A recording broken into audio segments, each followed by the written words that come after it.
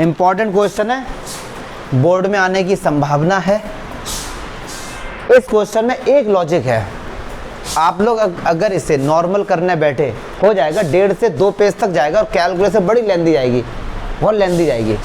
मतलब अगर आप यहाँ से देखो alpha and beta are the zeros of given polynomial, तो अगर मैं आपसे बोलूँ सम ऑफ द जीरोज मतलब अल्फा प्लस बीटा क्या होगा, माइनस का बी अपॉन ए, ठीक है, और alpha beta product of the zeros क्या होगा, सी अपॉन ए। इतना तो पता है। अब एक्चुअली में यहाँ पे कुछ समझ नहीं आ रहा, ये अल्फा है बीटा नहीं है, बी है, ए बी वाली, ठीक है, ये वाले, और ये ए बीटा प्लस बी है, तो ना तो कहीं पे अल्फा प्लस बीटा मिल रहा है ना कहीं अल्फा बीटा मिल रहा है। तो जो लॉजिकल बच्चे होंगे आप इसमें एलसीएम लोगे, एलसीएम लेके भी आंसर आएगा। घर पे जाके ट्राई करना, बहुत तो लेंदी जाएगा, मैं कह रहा हूँ 1.5 से 2 पेज, और अगर कैलकुलेशन कर ली तो आंसर आएगा।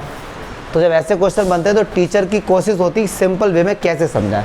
अब एक बात सुनो, इसका बड़ा सिंपल सॉल्यूशन, अल्फा अगर इसका एक ज़ीरो है, इसका मीनिंग क्या हुआ कि जहाँ x है उसको अल्फा से रिप्लेस अगर हम कर दें आंसर आएगा क्या, 0। तो चलिए करते हैं, a alpha square plus b alpha plus c is equal to 0। यहाँ तो कोई दिक्कत, चलिए a alpha square plus b alpha, c उस तरफ जाएगा तो माइनस सी हो गया।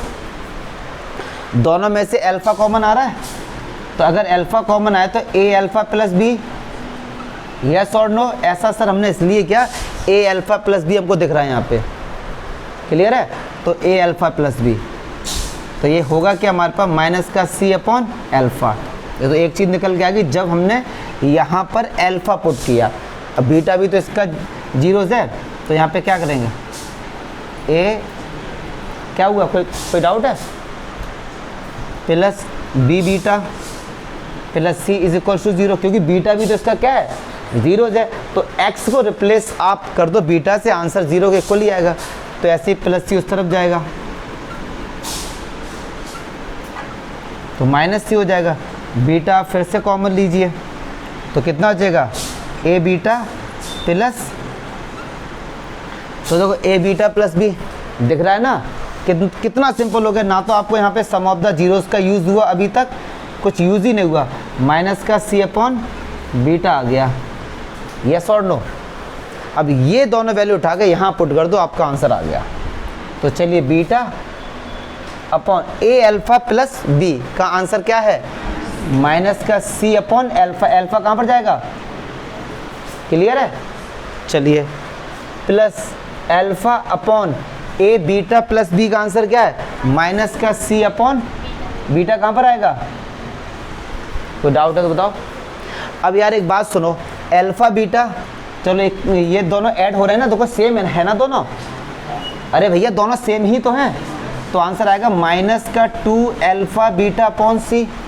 अब ऐड करना समझो, ऐड करना समझो, अल्फा बीटा माइनस का सी ऐड हो जाएंगे, सेम है ना ये, तो दोनों ही। अब माइनस आया क्यों, क्योंकि दोनों ही माइनस के थे, तो बस माइनस का 2 अल्फा बीटा की वैल्यू क्या है, सी अपॉन ए, और नीचे क्या है भैया सी, तो आंसर आ गया माइनस का 2 अपॉन ए।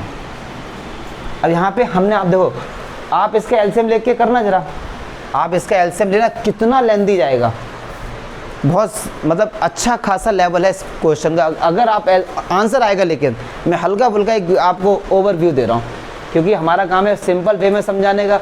4 नंबर का क्वेश्चन आया था बोर्ड में, ये एलसीएम लो। चलो मैं ये तो करके इसलिए दिखा रहा हूँ जिससे बहुत से बच्चे सोचें कि सर कहाँ ज़्यादा टफ है। अब देखना, ए अल्फा प्लस बी से ये कैंसिल, इसका मल्टीप्लाई इसके साथ होगा, तो a beta square plus b beta, ये इससे कैंसिल हो गया, a alpha square plus b alpha. अब देखना, इन दोनों को पास पास लिखो, इन दोनों को पास पास, यहाँ से बी कॉमन आ रहा है, यहाँ से ए कॉमन, तो आएगा alpha square plus beta square की वैल्यू अलग निकालो, अल्फा बीटा की वैल्यू अलग निकालो, फिर नीचे इनका मल्टीप्लाई करो, इसकी वैल्यू अलग निकालो, मज़ा आ जाएगा करना जरा। तो ये थोड़ा सा लेंदी क्वेश्चन था, इस तरीके से हम करेंगे तो काफ़ी सिंपल हो गया। अच्छा मुझे लग रहा है बच्चों को ऐड करने में दिक्कत नहीं हो, समझ जाएंगे ना। हाँ यार, अगर ये नहीं समझ पा रहे तो फिर ऐसे 95 प्लस में तुम नहीं हो, फिर अगर इसमें ऐडिंग में दिक्कत है। देखो जरा, अच्छा क्वेश्चन था। एक और दूंगा भी ऐसा मैं।